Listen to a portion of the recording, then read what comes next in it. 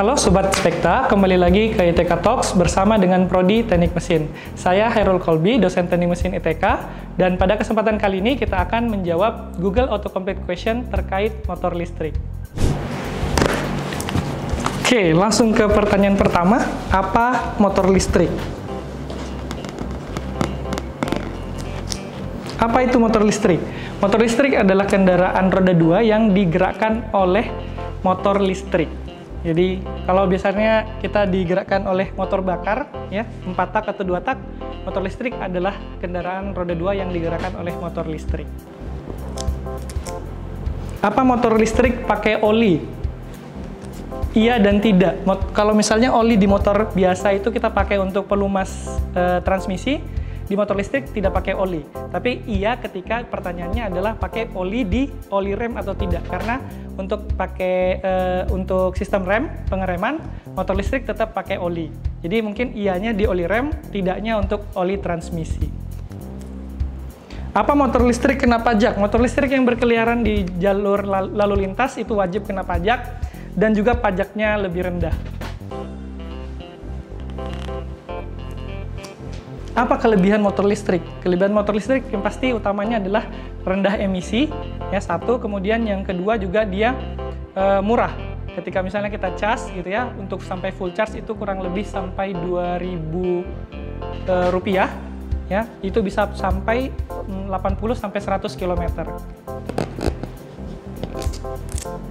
Apa perbedaan motor listrik dan generator? Sebenarnya konstruksinya sama, ya. Jadi kalau motor listrik fungsinya adalah merubah energi listrik ke energi gerak, sedangkan generator adalah merubah energi gerak menjadi energi listrik. Oke, kita lanjut ke yang kedua. Kenapa terkait motor listrik? Kenapa motor listrik itu mahal? Kenapa motor listrik itu mahal? Motor listrik itu mahal karena baterainya, teknologi baterai sekarang itu masih agak kurang ekonomis. Jadi kalau dibandingkan dengan motor bakar, bensin, gitu ya, tangki dan bensinnya itu lumayan relatif lebih murah. Tapi kalau dari motor listrik, baterainya lumayan mahal. Jadi untuk baterai, controller dan unit motor listrik itu sendiri memang lebih mahal dibandingkan motor biasa. Tapi kalau untuk rangka, bodi dan lain-lainnya masih sama seperti motor biasa. Kenapa motor listrik murah? Motor listrik murah itu di bagian STNK-nya, pajaknya. Jadi kalau dibandingkan dengan pajak motor biasa, pemakaian tahunannya lebih murah daripada motor biasa. Kalau motor biasa misalnya pajak tahunannya 1 juta, kalau motor listrik biasanya 300.000 sampai 100.000 sampai 300.000.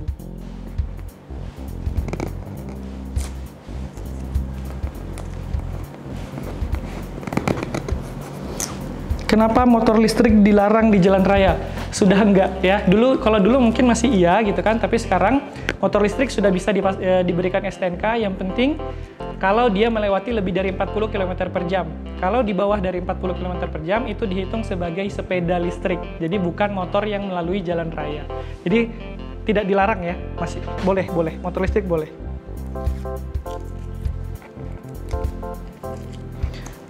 Kenapa motor listrik tiba-tiba mati? Ya, jadi kalau motor listrik itu kan biasanya dikontrol oleh sensor elektrik. Jadi ketika misalnya remnya masuk, gitu ya, remnya masuk, otomatis controller akan mematikan semua daya listrik yang masuk kepada penggerak. Jadi beda dengan motor biasa yang pakai sistem mekanik, motor listrik pakai sistem elektronik. Jadi ketika sensornya nyala, semua daya listrik langsung mati. Nah, sedangkan kalau motor biasa kita masih bisa ngerem sambil ngegas.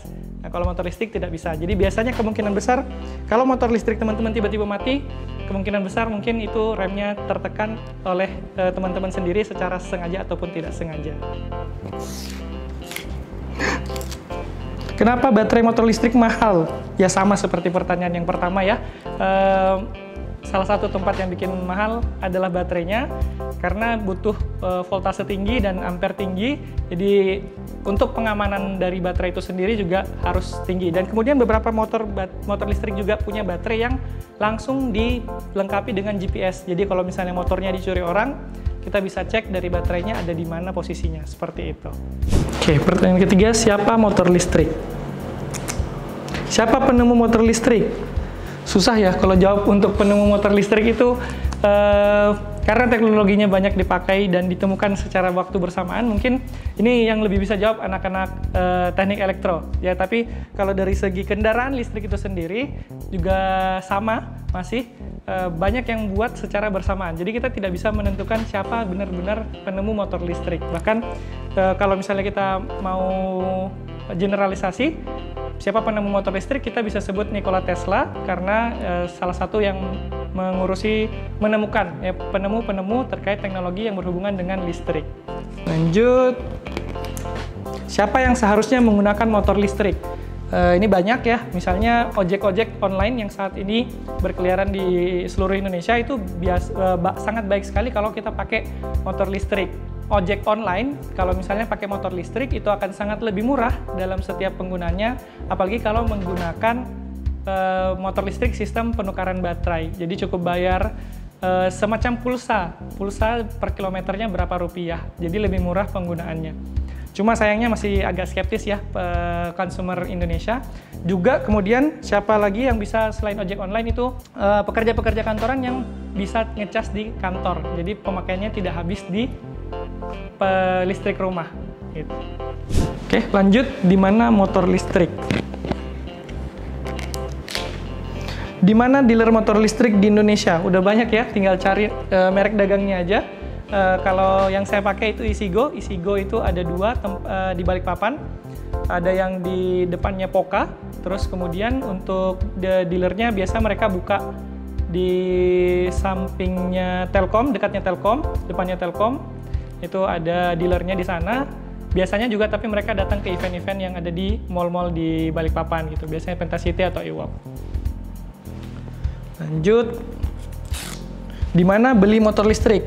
Ya di dealer online ataupun offline banyak. Bahkan buat merek yang saya gunakan sekarang ada promo di Tokopedia. Booking untuk pengambilan 15 April itu ada langsung dikenakan subsidi yang disampaikan oleh Pak Luhut. Jadi harganya turun 7 juta. Itu luar biasa. Oke, kemudian lanjut, di mana ngecharge motor listrik? Dimanapun yang ada colokan yang ujungnya 2. Jadi ngecasnya bisa dimanapun, di rumah, di kantor, ataupun misalnya kalau memang kepepet ya nebeng sama orang gitu ya. Oke, lanjut.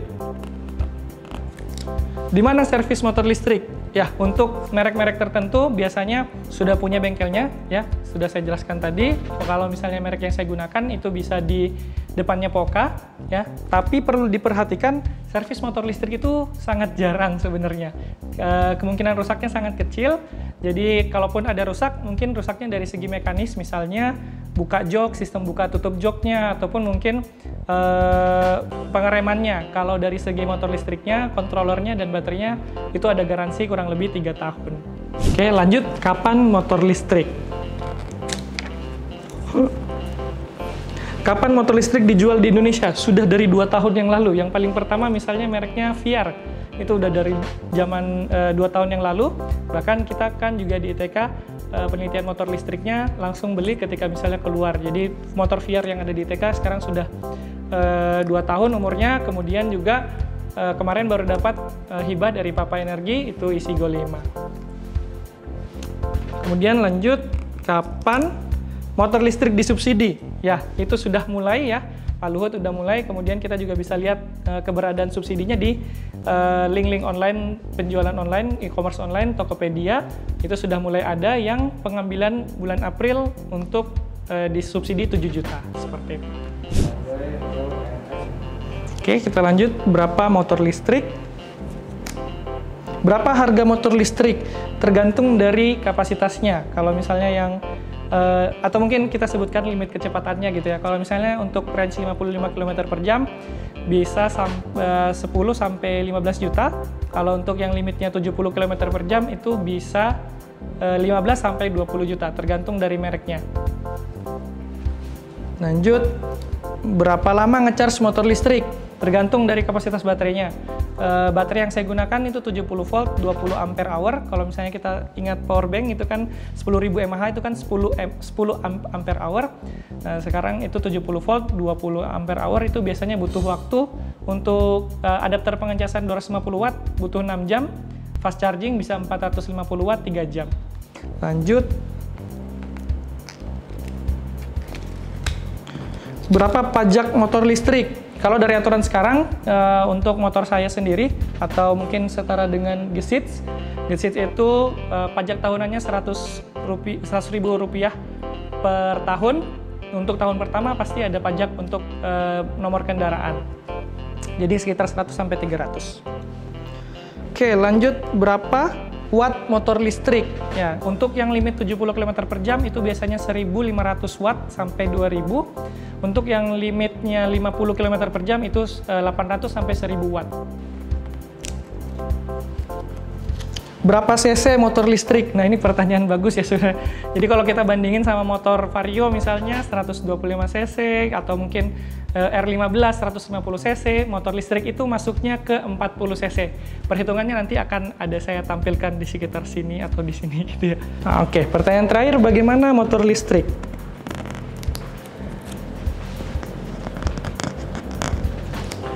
Bagaimana cara kerja motor listrik? Oke, ini kita kelas sedikit ya.